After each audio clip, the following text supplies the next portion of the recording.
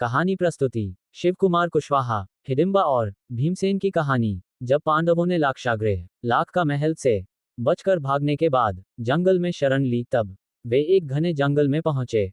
वहां एक राक्षस हिडिंब और उसकी बहन हिडिंबा रहते थे। हिडिंब को जब पता चला कि 5 पुरुष और एक स्त्री कुंती जंगल में आए हैं, तो उसने अपनी बहन हिडिंबा से कहा कि वह जाकर उनका हाल देखे और उन्हें मारकर ले आए, ताकि वे दोनों उनका भोजन बना सकें। लेकिन जब हिडिंबा पांडवों के पास पहुंची, तो उसने भीमसेन को देखा और उन पर मोहित हो गई। वह उनके बल, सौंदर्य और वीरता से प्रभावित हो गई। हिडिंबा ने अपने भाई हिडिंब के आदेश का पालन नहीं किया और भीमसेन को अपने मन की बात बताई।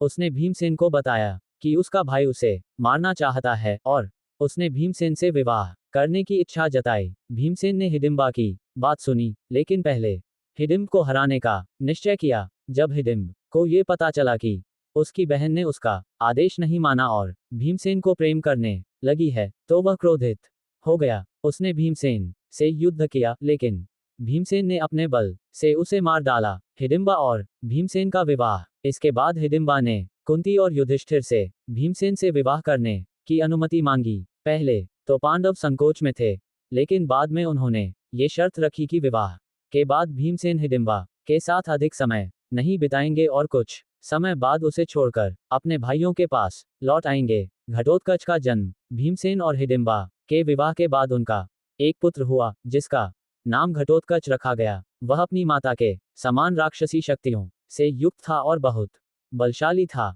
जैसे जैसे वह बड़ा हुआ, वह मायावी शक्तियों में निपुण हो गया।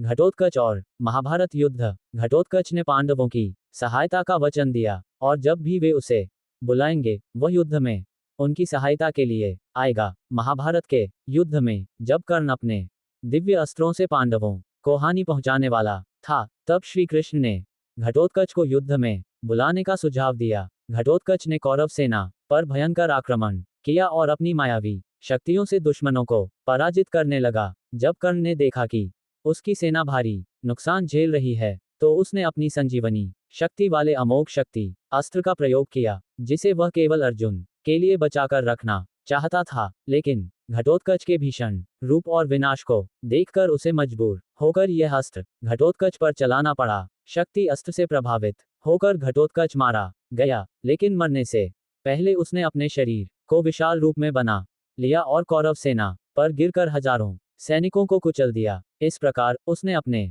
प्राणों की आहुति देकर पांडवों की रक्षा की और अर्जुन को बचाने में महत्वपूर्ण भूमिका निभाई। निष्कर्ष। घटोत्कच की कहानी।